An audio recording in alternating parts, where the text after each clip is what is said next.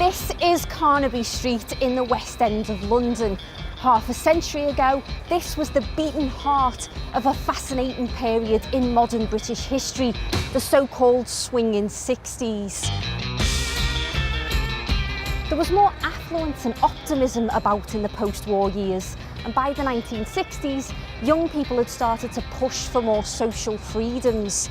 Was this just youthful rebelliousness, or was there something of greater cultural significance going on beneath the surface? There's one way to find out: sources, and I'm off to the National Archives to find some.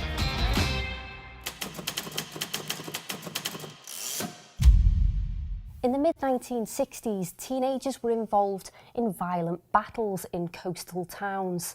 These were fights between the mods and the rockers. The mods were very stylish, and the rockers liked their biker jackets. I have in front of me a file. It contains a report by the National Association of Youth Clubs, and it says, Brighton is a mod town. Forays of rockers turned up throughout the 2 days, and this caused running fights. There were several ugly scenes, including hooliganism in the main shopping street. This sounds like a complete loss of law and order, and the newspapers certainly thought of it in these terms. They were obsessed with the mods and rockers. They wrote headlines about the clashes between them. But I think this report's really interesting because it does say it's only a minority who are doing this type of thing. The report concludes, most of the boys and girls on the loose in Brighton were looking for excitement, kicks and adventure, not for violence. As an historian, I think I can understand what's happening.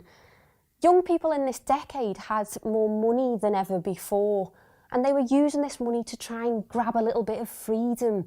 They created subcultures like the mods and the rockers, and sometimes these subcultures clashed.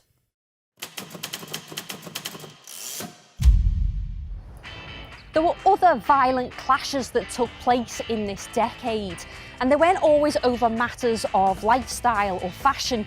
Some young people wanted to fight the system.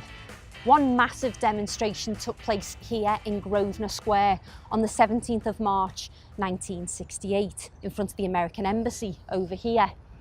It was a demonstration against the British and American involvement in the war in Vietnam, and it ended in violence, as this newsreel clip shows. London.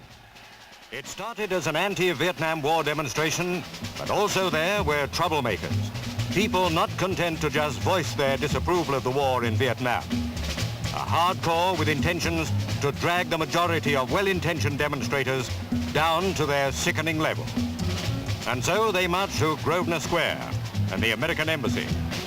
Riot was being incited.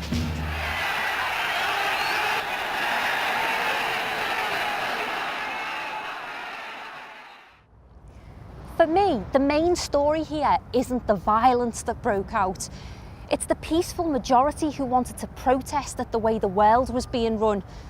They saw America's war in Vietnam as a symbol of the unfairness in the world. This might not be evidence of a social revolution, but it certainly looks like there was a change in attitudes.